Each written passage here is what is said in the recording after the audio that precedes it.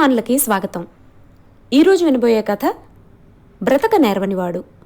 రచయిత దాసరి అమరేంద్ర గారు. సాహిత్య వ్యాసాలని, సమీక్షల్ని, ఎన్నో కథల్ని రచించిన దాసరి అమరేంద్ర గారు రచయితే కాకుండా గొప్ప యాత్రికులు కూడా. థాయిలాండ్ యాత్రాగాథ, గల్ఫ్ గీతం, స్కూటర్పై రోథాంగ్ యాత్ర మొదలైనవి వారు రచించిన యాత్రా సాహిత్యం.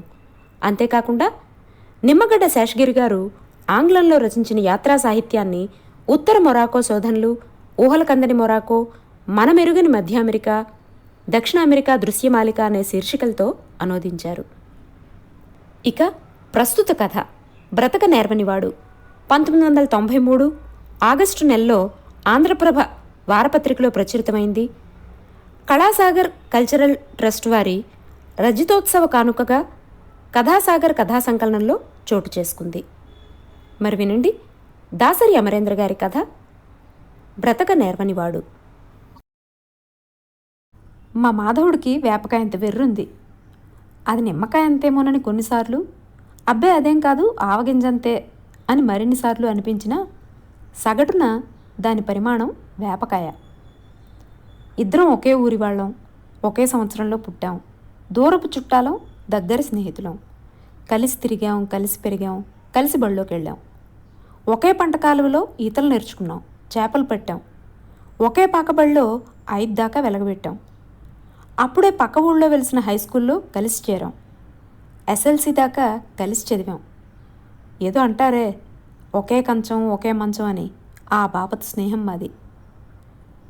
చిన్నప్పటి నుంచి వాడి అలవాట్లు, అభిరుచులు, అమాయకత్వం, బ్రతకలేనితనం చూసి నేనెంతో ఎదుగుతూ ఉండేవాడిని, భయపడుతూ ఉండేవాడిని, బెంగపడుతూ ఉండేవాడిని. ఈ దరిద్ర ప్రపంచంలో వీడు ఎలా నెగ్గుకు వస్తాడా అని మదనపడుతూ ఉండేవాడిని.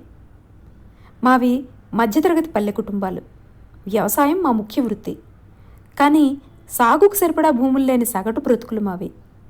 ధనానికి కాకపోయినా కులానికి గొప్పవాళ్ళం అవడం వల్ల, మా తాతలు తాగిన నేతుల మూతుల వాసనల వల్ల బీదవాళ్ల కోవకు చెందవలసి వచ్చిన పళ్ళ బిగువున మధ్యతరగతిగా నెట్టుకొచ్చే సంప్రదాయం మాది.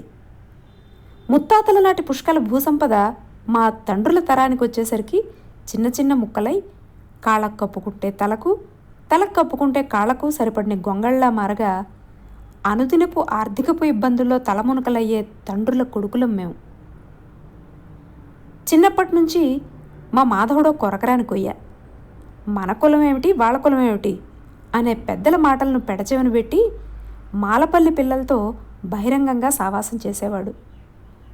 10 ఏళ్ల వయసులో పొలం పని రోజుల్లో నేను బుద్ధిగా స్కూల్కి ఎగనామం పెట్టి మా నాన్నకి సాయపడుతుంటే వాడు ససేమిరా స్కూల్ మాననేవాడు. పోనీ మట్టి పిసగడం అంటే చిరాకా అంటే అదేం కాదు. స్కూల్కి వెళ్లే ముందు, వచ్చిన తర్వాత పేడకళ్ళెత్తడం దగ్గర నుంచి పిడకలు చేయడం దాకా అన్ని పనులు ఎంతో చక్కగా చేసేవాడు. అయినా వాడిదో ధోరణి, ఎవరి మాట వినే రకం కాదు. ఎవరి మాట అయితే పర్లేదు కానీ అమ్మా నాన్నల మాట వినకపోతే ఎలా? అక్కడికి వాళ్ళ నాన్న అడపా దడపా గొడ్డును బాదినట్లు బాదేవాడు. అయినా అంకెకు రాకపోవడంతో విసుగొచ్చి వాడిని అచ్చుపోసి బడి మీదకు వదిలేసి చేతులు దులుపుకున్నాడు. ఎవరి మాట వినని పిల్లాడు బాగుపడేదెలా? చెప్పడం మర్చిపోయాను, మా వాడికి మా వీధిబడి శంకరం మాస్టర్ అంటే మాత్రం ఎంతో గురి. నా జీవిత గమ్యం హై స్కూల్ రోజుల్లోనే ఎంతో స్పష్టంగా నిర్ణయం చేసుకున్నా. మాకున్న భూమి మాకు ఎలానూ చాలదు.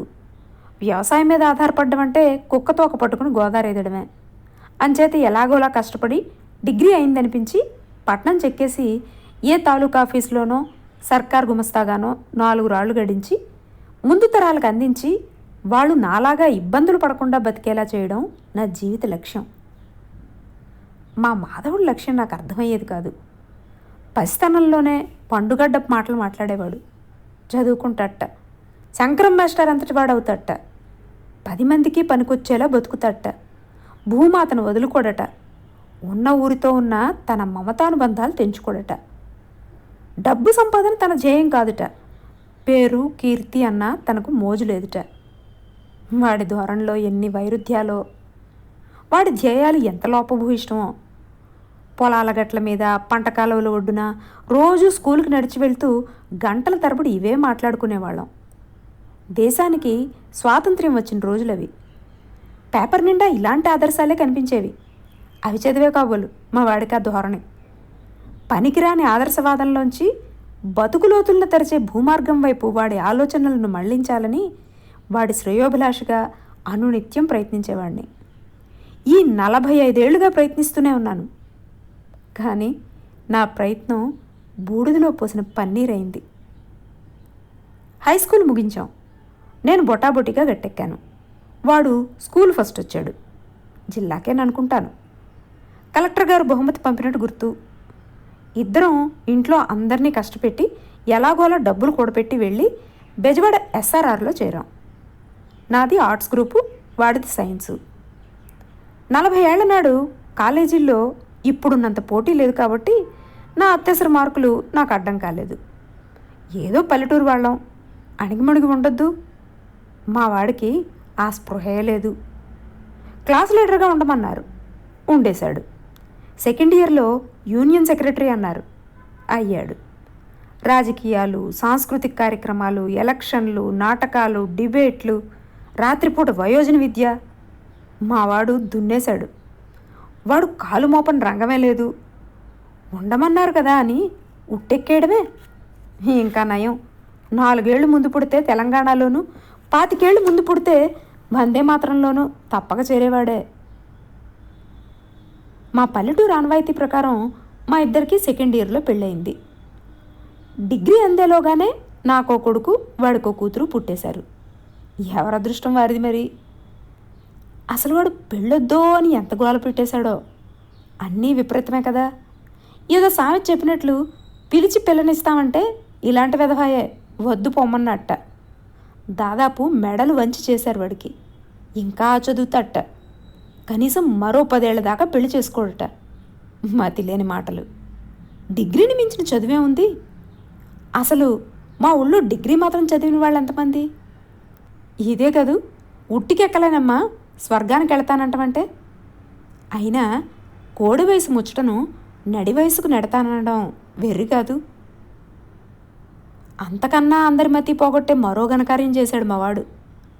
డిగ్రీలో ఫస్ట్ క్లాస్ తెచ్చుకున్న తర్వాత బుద్ధిగా ఏ పోస్టల్ శాఖలోనో బ్యాంకులోనో రాజాలాంటి ఉద్యోగం సంపాదించి జీవితంలో స్థిరపడి పెళ్ళాం పిల్లలను సుఖపెట్టవచ్చు కదా.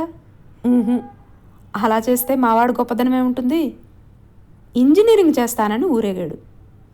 అది మనలాంటి సన్నకారు మనుషులకు కాదు, ఏ జమీందారులో చదవాల్సిన చదువు అని చెవిలో ఇల్లు కట్టుకుని పోరాను. ఆఖరికి మా శంకరం మాస్టర్ కూడా ఉద్యోగంలో చేరి పెళ్ళాం పిల్లలు బాగోగులు చూసుకోమనే సలహా ఇచ్చారు. అయినా అందరి మాటలను పెడచెవిన పెట్టాడు. ఊరికే అన్నారా, పోగాలము దాపురించిన వారు కనరు వినరు మూర్కొనరు అని.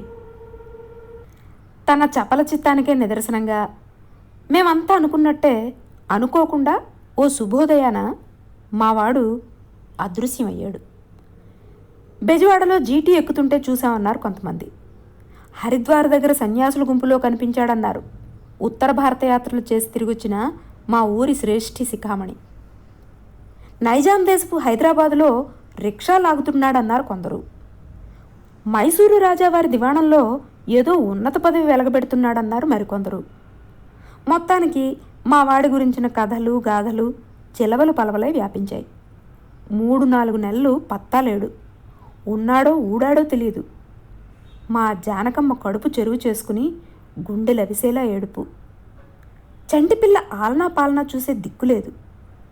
అసలు వాడు మనిషేనా? ఏదో స్కూలు పిల్లలు ఇంటి మీద అలిగి దేశం పట్టుకుపోయాడంటే అర్థం ఉంది. పెళ్ళాం పిల్లలున్న వీడికి ఇదేం వెదవ బుద్ధి? అసలు ఆ మనిషికి జాలి, దయ, కరుణ, ధర్మం ఉన్నాయా అని. ఎంత అర్ధంతరంగా అదృశ్యమయ్యాడో అంతే హఠాత్తుగా ఓ దసరా నాడు ఊడిపడ్డాడు. ఏమిట్రా సంగతి అంటే చిద్విలాసంగా చిరునవ్వు కాదు, వెర్రి నవ్వు. చెబితే ఇంట్లోనూ ఊళ్ళోనూ ఎలానూ ఒప్పుకోవడం లేదు కాబట్టి చెప్పకుండానే ఉడాయించాడట. రాజస్థాన్లో ఏదో పళానివో పిళానివో బిర్లా గారి ఇంజనీరింగ్ కాలేజీ ఉందిట. అక్కడ 3 ఏళ్ల డిగ్రీ కోర్సులో చేరాడట. స్కాలర్షిప్ కూడా వచ్చిందిట. కానీ ఖర్చు ఉండదట. కానీ పెళ్ళాం పిల్లల మాట ఏమిటి?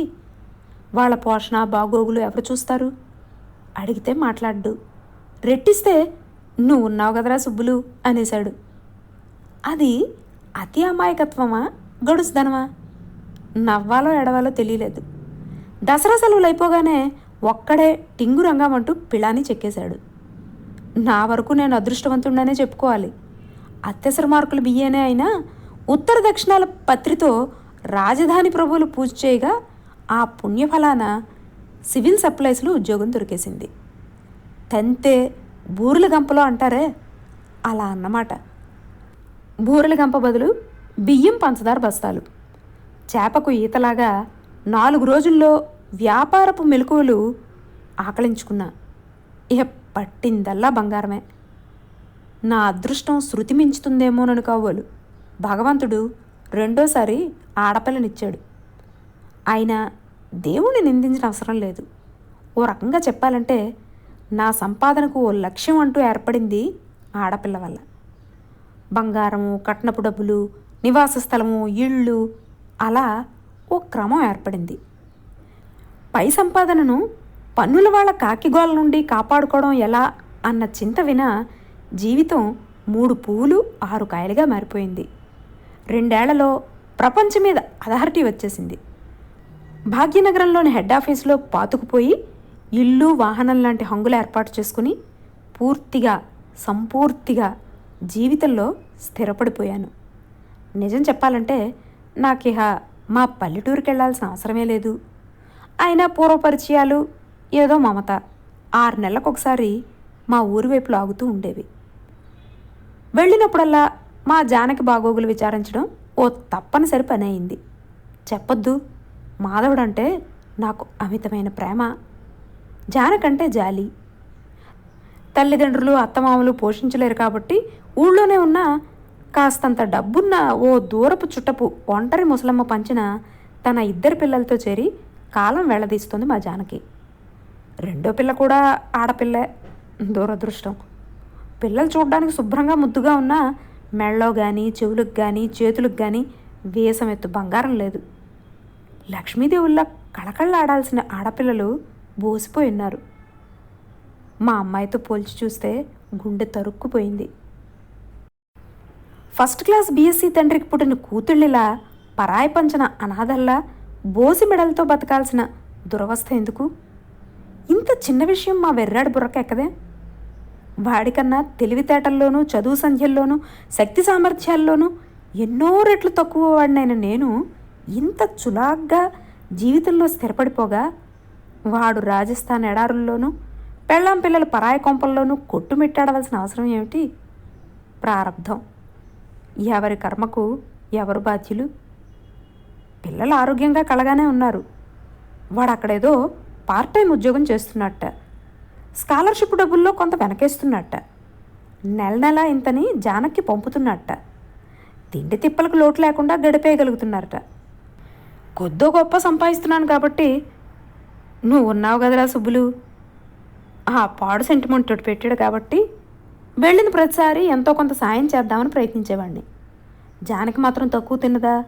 వద్దన్నయ్యా, అవసరం లేదు, అవసరమైనప్పుడు అడిగి తీసుకునే స్వతంత్రం ఉంది కదా అని ప్రతిసారి తిరగొట్టేసేది. ఎంతో కష్టం మీద పిల్లలకు గౌన్లు, బొమ్మలు మాత్రం పుచ్చుకునేది. అంతకన్నా సాయపడలేకపోతున్నందుకు నొచ్చుకోవడం వినా చేయగలిగిందేమీ లేకపోయింది. యథాప్రకారం మరోసారి మావాడు బాంబు పేల్చాడు. వాడి ఫైనల్ ఇయర్లో జరిగింది అది. వాయుసేనలో చేరిపోయాడు. కాలేజీకే సెలక్షన్ టీం వచ్చిందిట. 10 మందిని ఇంటర్వ్యూ చేసి 2ని ఎన్నుకున్నారట. అందులో వీడొకడు. ఫైనల్ ఇయర్ అంతా ఉద్యోగంలోనే ఉన్నట్లు పరిగణించి జీతం కూడా ఇస్తారట. బాగుంది. ఆర్థికపు ఒడిదుడుకులకు స్వస్తి అన్నమాట. కానీ ఇంత చదువుకొని ఇంజనీరింగ్ డిగ్రీ అందుకోబోతూ ఆ దిక్కు దివాణం లేని పటాలంలో చేరడం ఎందుకు? ఏదో గతి లేని వాళ్ళు చేరారంటే అర్థం ఉంది. వీడికేం లోటు? బ్రిలియంట్ స్టూడెంట్ కదా వీడు. అంటే ఏ టాటా బిర్లాలో ఎగరేసుకుపోరు. అలా అయితే మావాడు గొప్పదనమే ఉంది. వాడి ఆశయాలకు సైన్యమే సరైందట. టాటా బిర్లాలను సేవించి డబ్బులు సంపాదించడం కన్నా తనను తీర్చిదిద్దిన దేశమాత సేవలో నిమగ్నం అవడమే తనకిష్టమైన పనిట. ఎవరు చెప్పగలరు ఈ మొండివాడికి? రేపే యుద్ధంలోనో కాలో కన్నో పోతే దేశమాత కాదు కదా, కట్టుకున్న పెళ్ళాం పిల్లలు కూడా వీడి మొహం చూడరు. వయసు వచ్చి ఏం లాభం, లోకజ్ఞానం లేకపోతే ఎలా? అనుకున్నట్టే 62లో యుద్ధం వచ్చి పడింది. అనుకోని ఆ అవాంతరం వల్ల దేశం అట్టుడికిపోయింది. హిందీ చీనీ భాయి భాయి అన్న పీతకాళ్ళ వెధవలు వెన్నుపోటు పడవడం వల్ల కలిగిన ఆవేదన, తన కళ్ళ ముందే తన నమ్మకాలు చిన్నాభిన్నమవుతున్నా తప్పనిసరిగా పూనుకొని దేశ ప్రజలను ఉద్దేశించి నెహ్రూ గారు చేసే ప్రసంగాల వల్ల కలిగిన ఉద్వేగం, మా అభిమాన హీరో ఎన్టీ రామారావు నడుం కట్టి నేషనల్ డిఫెన్స్ ఫండ్ కోసం ఆంధ్రదేశంలో జరిపిన జైత్రయాత్ర వల్ల కలిగిన ఉత్తేజము, ఇవన్నీ ఒక పెట్టు. అటుపక్క మా మాధవుడు విమానదళంలో ఏ చిక్కుల్లో ఇరుక్కుపోయాడోనన్న బెంగ మరో పెట్టు. మా పల్లెటూళ్ళలో ఉన్న జానకి ఎలా ఫీల్ అయిందో తెలియదు కానీ హైదరాబాదులో నాకు మాత్రం కొన్ని రాత్రుళ్ళు దిగులు వల్ల నిద్ర పట్టేది కాదు.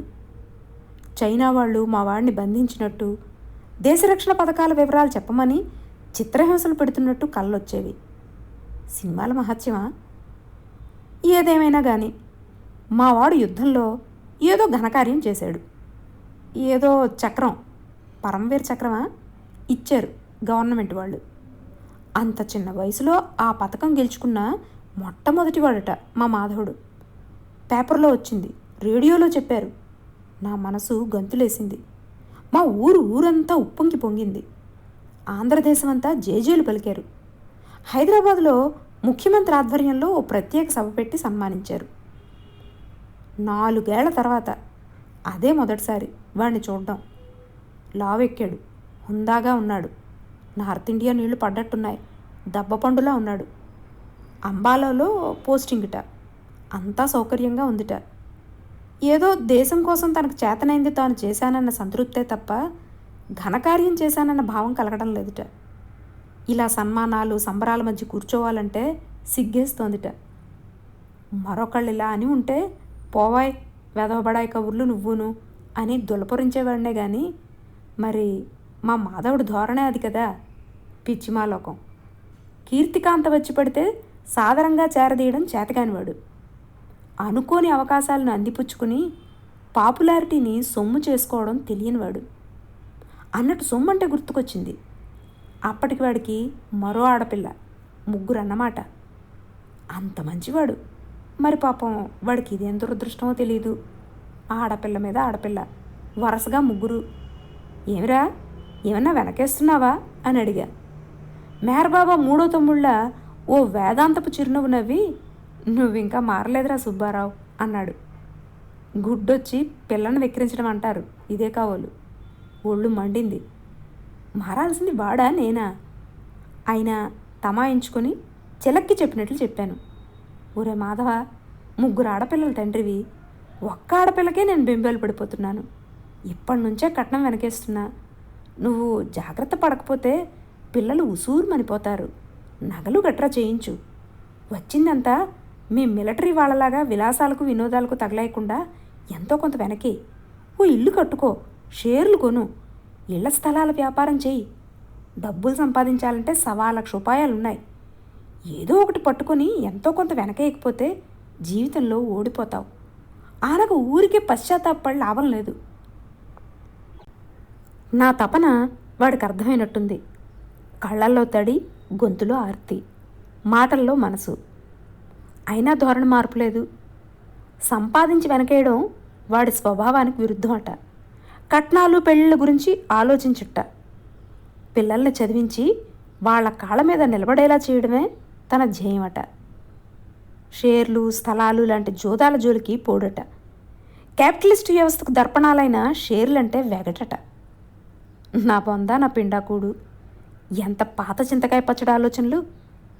లోకం జెట్ స్పీడ్లో దూసుకుపోతుంటే వీడింకా గబ్బిలంలా ఆ పాత భావాలకు బానిసైపోవడం ఏమిటి? ప్రారంధం. నా అంతటివాడు వీడు. ఏం చెప్పగలను, ఎలా చెప్పగలను? అదే మా పిల్లాడైతే లాగి చెంపకాయ లాగించేవాడిని. వీడి బూజు పట్టిన భావాలకు జానకి 3 ఆడపిల్లలు బలైపోరు కదా. ఆందోళనతో మనసు వికలమైంది.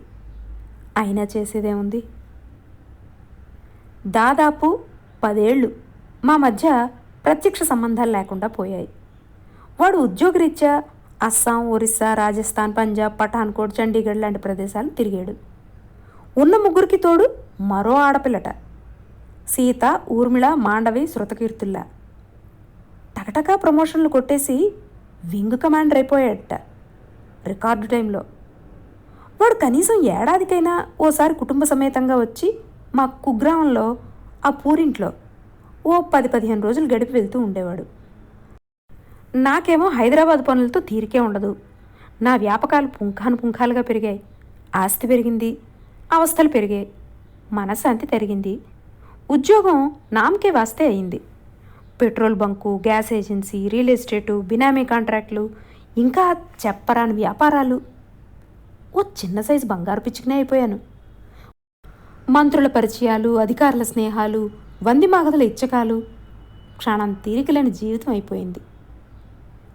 హఠాత్తుగా ఓ శుభోదయాన్ని ఊడిపడ్డాడు. వాడికి బెంగళూరులో పోస్టింగిట. ఒక్క రాత్రి ప్రయాణమే కదా అని చూసిపోవడానికి వచ్చాడట. ఆ రోజు పనులన్నీ పక్కన పెట్టి వాడితో కలిసి తిరిగాను. కారు తీద్దామంటే ఒప్పుకోడు, స్కూటర్ చాలన్నాడు. నాకేమో ఎవరైనా చూస్తారన్న సిగ్గు. ఎక్కడెక్కడికో తీసుకెళ్ళాడు. ఎప్పుడెప్పుడు స్నేహితులనో పలకరించి వచ్చాం.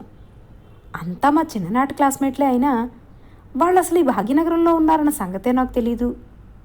మరి ఎక్కడెక్కడో ఉండి వచ్చిన వీడికి ఎలా తెలిసిందో? అడిగితే మనసుంటే మార్గం ఉండదా అన్న వేదాంత భాషణ. కానీ ఒక్క మాట, వాడు రాజకీయాల్లో వెలుగుతున్న మా మంత్రి రామకోటేశ్వరరావుని కలిసినా, ప్రతిభ ఉండి అవకాశం కలిసిరాక రైల్వేలో క్లాస్ 4గా మగ్గుతున్న నారాయణని కలిసినా అసలు తేడా లేకుండా ప్రవర్తించాడు. ఇద్దరినీ ఒకే రకపు ఆత్మీయతతో దగ్గరకు తీసుకున్నాడు.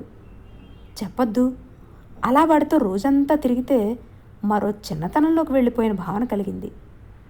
మనసు తేలికయి హృదయం ఏదో చెప్పలేని ఆనందంతో నిండిపోయింది. వెళ్తూ చెప్పాడు, పెద్దమ్మాయి ఎంఎస్సీ అవగొట్టి ఎక్కడో జూనియర్ లెక్చరర్గా చేస్తోందిట. రెండో పాప ఇంటర్ట. 3, 4, 10, 8 పెద్దమ్మాయికి ఏదో సంబంధం ఉందని తెలిసి ఆ వివరాలు కనుక్కుందామని వచ్చాడట. వచ్చే ఆదివారం నాడు కుర్రాడు ఇంటికి రాబోతున్నట్ట పెళ్లి చూపులకి. నాకు వ్యాపార రీత్యా బెంగళూరులో పని ఉండడంతో ఆ సమయానికి నేను వస్తా అన్నా. నా అంచనాలను పూర్వపక్షం చేస్తూ వీడు పూనుకుని అలా సంబంధాలకై తిరగడం ఎంతో సంతోషం కలిగించింది. ఎంతైనా ఆడపిల్లల తండ్రి కదా. చూడండి, ఒక విషయం స్పష్టంగా చెప్పాలనుకుంటున్నాను. కట్నం ప్రసక్తి లేని పెళ్ళనేది నా భావాలకు సంబంధించిన విషయం. దానికి నా కులంతో సంబంధం లేదు. మీరు కట్నాన్ని కులానికి ముడిపెట్టి కుర్రాడు చవకగా దొరుకుతున్నాడు, ఇబ్బందులు ఉంటే మాత్రమేమి చవక బేరమే కదా లాంటి లాజిక్ దృష్ట్యా దీనికి మొగ్గితే మాత్రం నేనెంతో నిరాశ పొందుతాను. మీరు నాలానే పెళ్లిలో కట్నం ప్రసక్తి ఉండరాదని పూర్తిగా నమ్మి ఈ విషయంలో నిర్ణయం తీసుకోగలిగితే సంతోషిస్తాను. నాకు ముళ్ళ మీద కూర్చున్నట్టుంది. కుర్రాడు చురుకే, నలుపైన కళగల మొహమే, పొట్టైనా స్ఫురద్రూపే, కానీ హరిజనుట్ట సగం. వాళ్ళ నాన్న మావాళ్లే అయినా అమ్మ మాలపిల్లట. తల్లి రెక్కల మాటను పెరిగాడు. కాకినాడలో ఇంజనీరింగ్ చేసి ప్రస్తుతం ఢిల్లీలో ఏదో సర్కార్ వారి కంపెనీలో ఆఫీసరు. అసలు అతగాడు పెళ్లి చూపులకు ఒంటరిగా వచ్చేయడం, కుండబద్దలు కొట్టినట్టు మాట్లాడేయటం నాకెందుకో నచ్చలేదు. పెళ్ళంటే ఎంత ఆలోచించాలి? పెద్దమ్మాయికి ఇలా కులం తక్కువైతే మిగిలిన 3 ఆడపిల్లల సంగతి ఏమిటి? అసలు ఇంత చిన్న విషయం పట్టించుకోకుండా మాధవుడు విషయాన్ని పెళ్లి చూపుల దాకా ఎందుకు రానిచ్చినట్లు? అయినా ఆ కుర్రాడిది అనవసరపు కంఠశోష. చవక బేరం అనేంత తెలివిగా ఆలోచిస్తే మా మాధవుడి పాటికి ఎంతగానో బాగుపడి ఉండేవాడు కాదు. జానకి మొహంలో మిశ్రమ భావాలు. చూస్తే అబ్బాయిలో వంక పెట్టడానికి ఏం లేదు, కానీ చూస్తూ పరాయి కులమా అని కాబోలు తన మదన. నా అభిప్రాయం అడిగాడు మాధవుడు. మరో మాట ఆలోచించకుండా మర్యాదగా సాగనంపు. మనిషి మంచి అయినంత మాత్రాన చాలదు. పెళ్ళంటే ఆషామాషి కాదు. సంప్రదాయం, సంస్కృతి, కుటుంబ బాగోగులు ఎన్నో చూడాలి. సంబంధం వదులుకో. నిజాయితీగా సలహా ఇచ్చాను. వాడు మరి మామూలు మానవుడు కాదు కదా, మాధవుడు. మాటల సందర్భంలో ఆ కుర్రాడు తనతో పాటు ఓ ఎయిర్ ఫోర్స్ స్క్వాడ్రన్ లీడర్ బొంబాయిలో ఎంటెక్ చేశాడని, అతగాడు కూడా బెంగళూరు పోస్టింగ్లోనే ప్రస్తుతం ఉన్నాడని అన్నాడు. ఆ ఆధారం అందిపుచ్చుకొని మావాడు ఆ స్క్వాడ్రన్ లీడర్ ఇంటికి వెళ్ళి గంటన్నర తర్వాత తిరిగి వచ్చాడు. కుర్రాడు నిప్పు, చాకు. గంటన్నర మాటల్లో స్క్వాడ్రన్ లీడర్ కుర్రాళ్ళలో 100 సుగుణాలు ఏకరువు పెట్టాడు కానీ ఒక్క లోపమైనా ఎత్తి చూపలేకపోయాడు. నేను ప్రత్యేకించి అడిగినా లోపం అనడం సాధ్యం కావడం లేదన్నాడు. ఇక నాకు సందేహం లేదు, అమ్మాయి అంటే చాలు ఈ సంబంధం ఖాయం. తాంబూలాలు ఇచ్చేసాను తన్నుకు చావండి ధోరణిలో ప్రకటించేశాడు. పిచ్చిపిల్ల దానికేం తెలుసు, నాన్న మాటకు తల ఊపింది. మిగిలిన ముగ్గురిని జానకిని చూసి నా గుండె తరుక్కుపోయింది. చేయగలిగిందేముంది?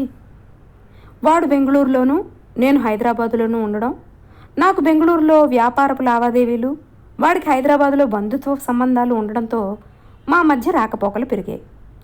దాదాపు 2 నెలలకోసారి వాళ్ళ ఇంటికి వెళ్ళడం, పిల్లలతో ఓ సాయంత్రం గడపడం ఆనవాయితీ అయిపోయింది. పెద్దమ్మాయి ఢిల్లీలో స్థిరపడిపోయింది. మొదట్లో కులం తక్కువ సంబంధం గురించి బంధువర్గాల్లో గుసగుసలు సాగినా అవి బెంగళూరు, ఢిల్లీలో ఉన్న వాళ్ళనేమీ ఇబ్బంది పెట్టలేకపోయాయి. రెండో అమ్మాయి పర్సనల్ మేనేజ్మెంట్లో మాస్టర్స్ డిగ్రీ చేసి బెంగళూరులో హెచ్ఎంటీలో పర్సనల్ ఆఫీసర్గా చేరిపోయింది. పెళ్ళిడు దాటిపోతుంది. జానకమ్మకు సహజంగానే బెంగ, మాధవుడికి అంతే సహజంగా నిర్వికారం. డాబు, దర్పం, కారు, కుక్క, మీసాలు, పైపు అంటే సంపాదించాడు కానీ లోకజ్ఞానం, డబ్బు నిండు సున్నా.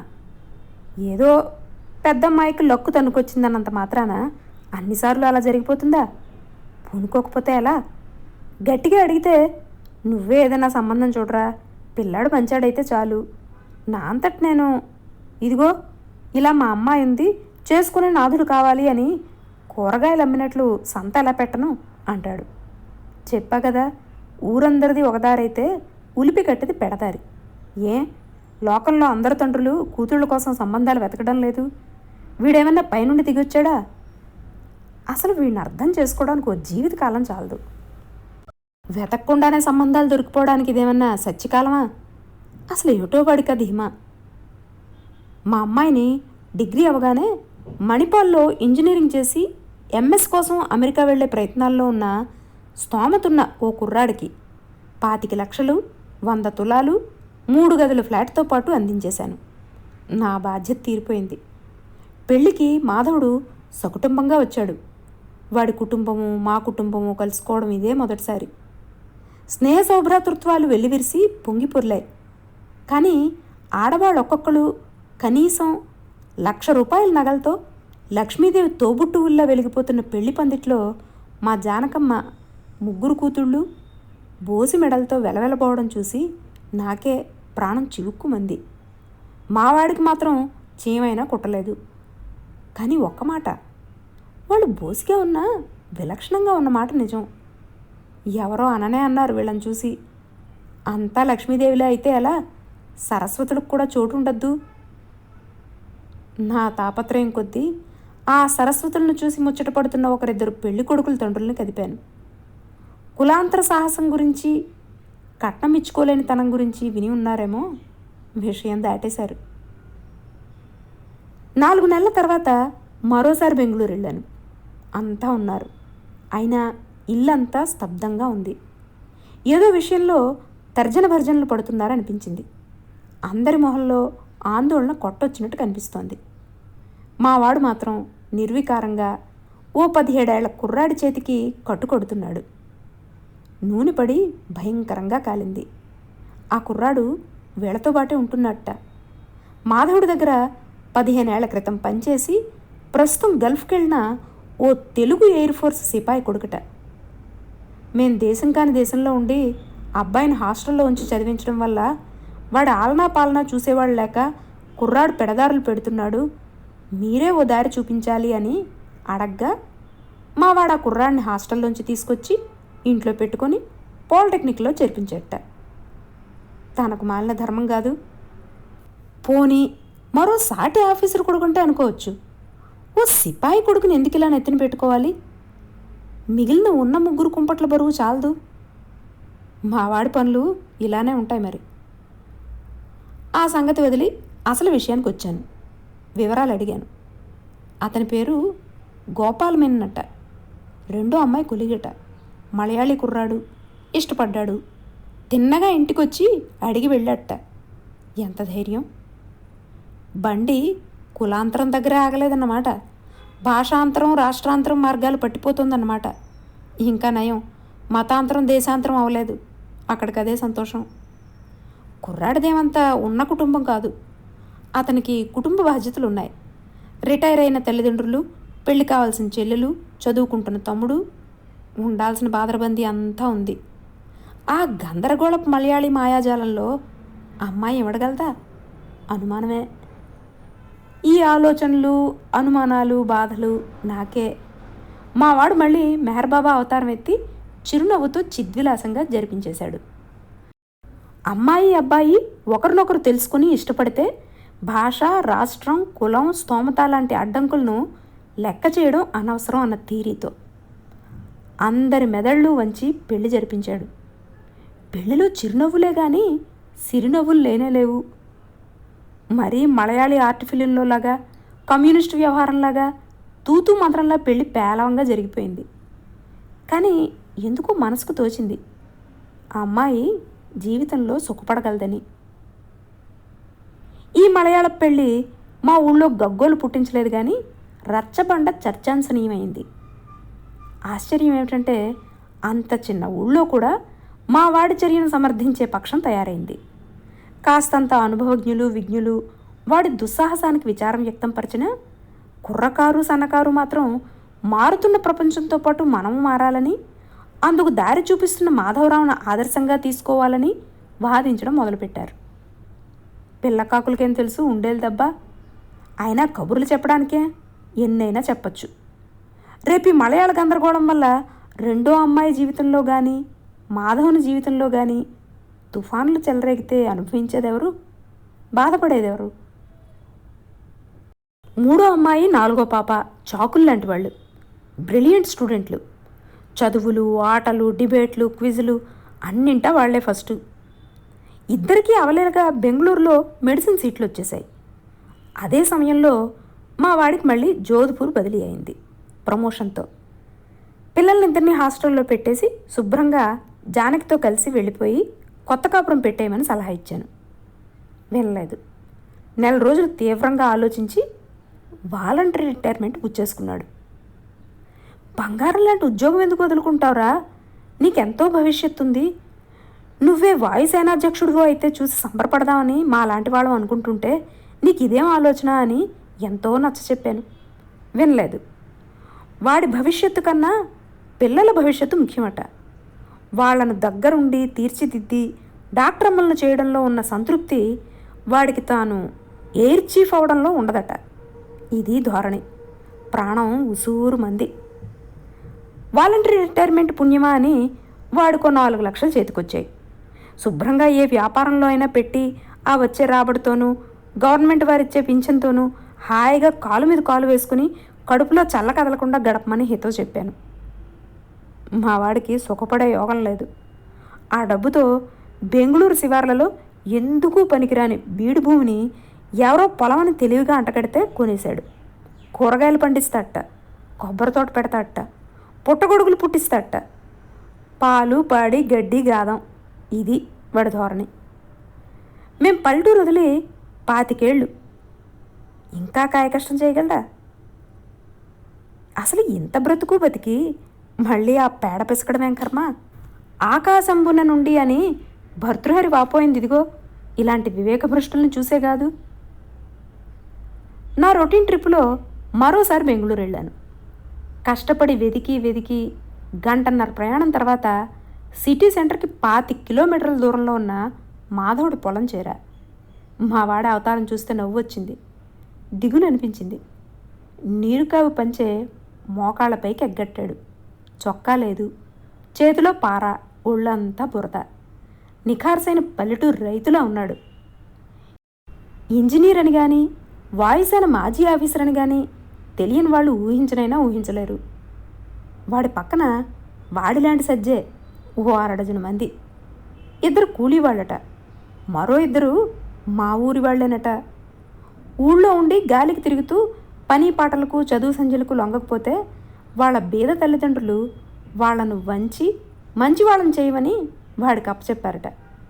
వీళ్ళంతా కాక ఓ మధ్య వయసు దంపతులు తాగి తిరిగి ఎక్కడ పెడితే అక్కడ అప్పులు చేసి ఇక ఊళ్ళో నిలబడలేని స్థితిలో ఉన్న అతగాడిని మా మాధవుడికి పట్టి బెంగళూరులో అక్కొచ్చాడట. వాళ్లకు మళ్ళీ 2 పిల్లలు. అంతా కలగాపులగంగా, కోలాహలంగా, గందరగోళంగా కూడా ఉంది. పై మట్టి పనులు చేస్తూ ఆఖరి 2 డాక్టర్ పిల్లలు. వీళ్ళందరికీ టీలు అందిస్తూ మా జానకమ్మ.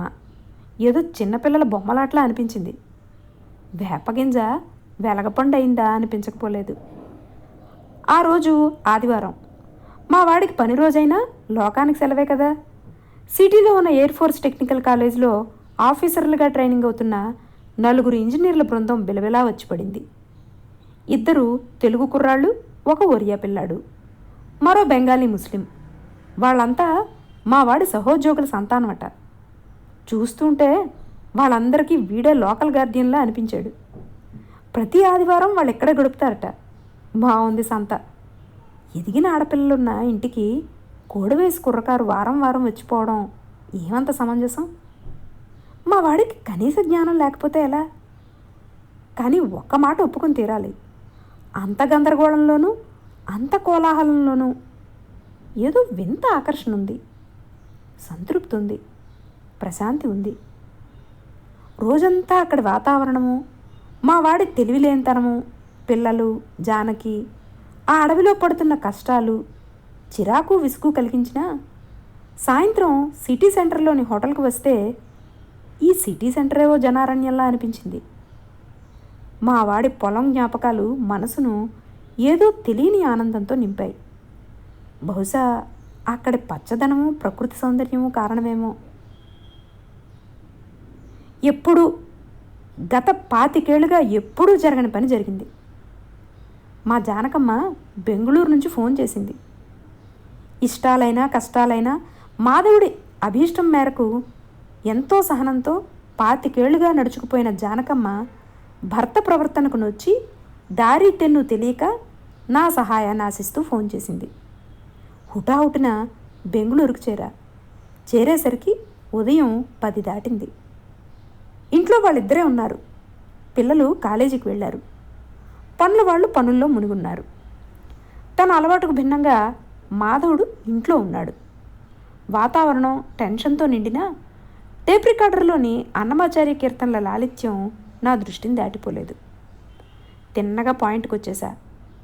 చూడబ్బాయ్, వర్ణాంతరం, భాషాంతరం, రాష్ట్రాంతరం అంటే సహించాం, తప్పులేదు. కానీ మరీ మతాంతరం ఎలా సహించమంటావు? నీకివన్నీ పట్టవు. యోగేశ్వరుడివి, జడభరతుడివి. కానీ నాకు జానకి ఇది ఇష్టం లేదు. అసలు ఆ సాయిబుల కుర్రాడు వారం వారం వచ్చిపోతున్నాడంటేనే మనసు కీడుని శంకించింది.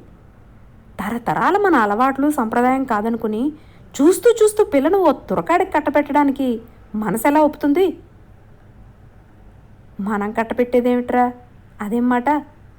అమ్మాయి పెద్దదైంది, డాక్టరీ ముగించి హౌస్ సర్జన్సీ చేస్తోంది అంటే మనకే కాస్తంత మంచి చెడు నేర్పగల వయసు అన్నమాట.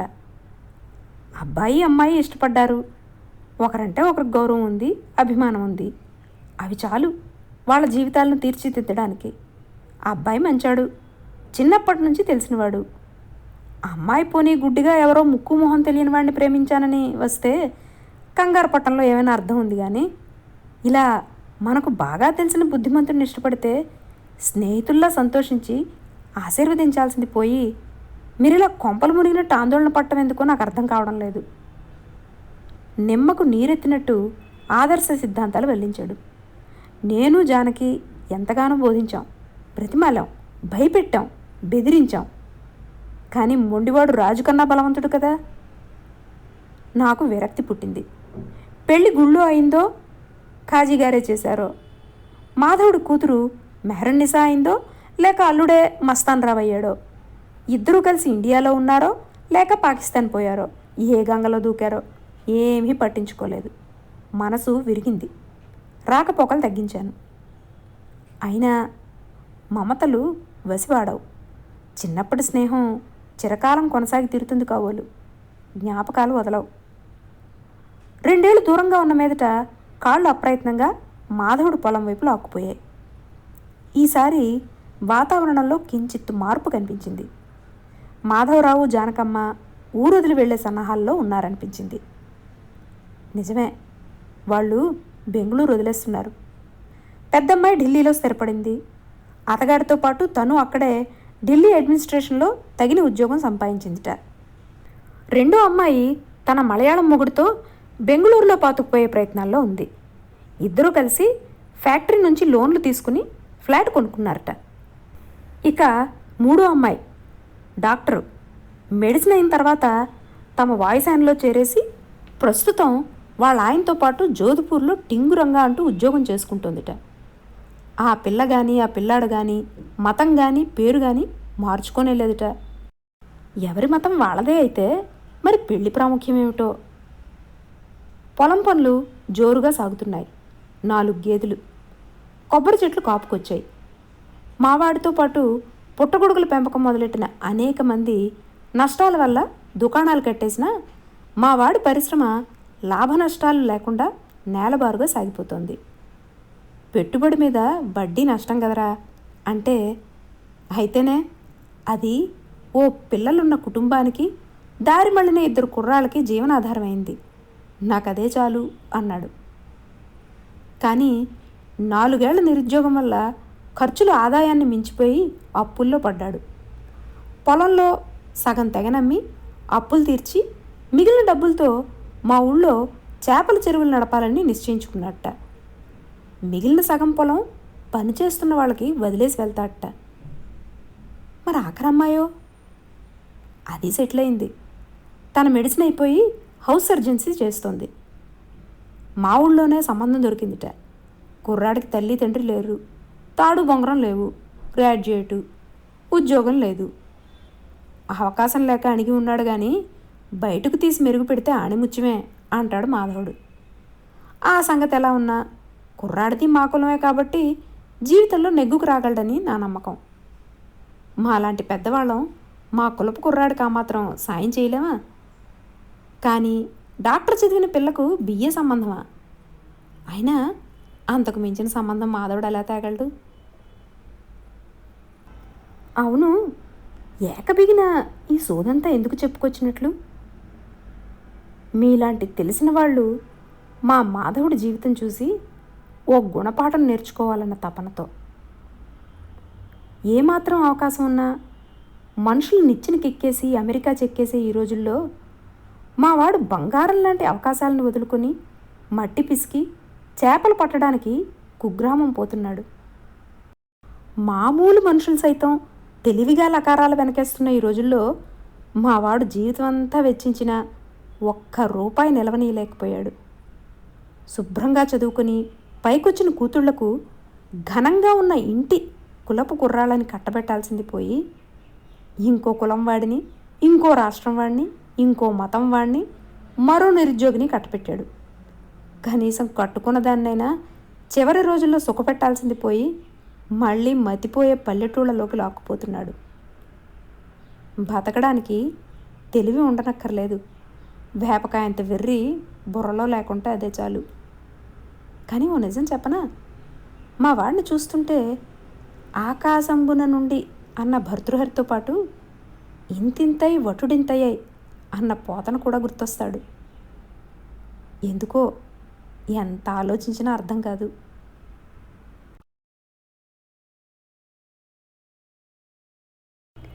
ఇది బ్రతక నేర్వనివాడి కథ.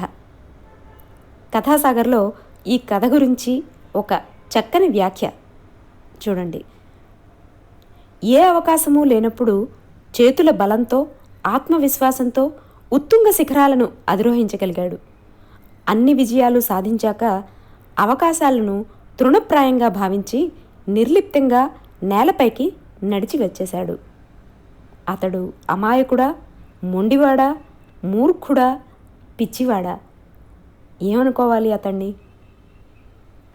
మీరు చెప్పండి, నిజంగా ఏమనుకోవాలి ఇటువంటి మనుషుల్ని? బ్రతక నేర్వని వాళ్లే కదా. ఇది ఈసారికి. వచ్చేసారి మరో మంచి కథతో కలుద్దాం. అంతవరకు సెలవు. నమస్కారం.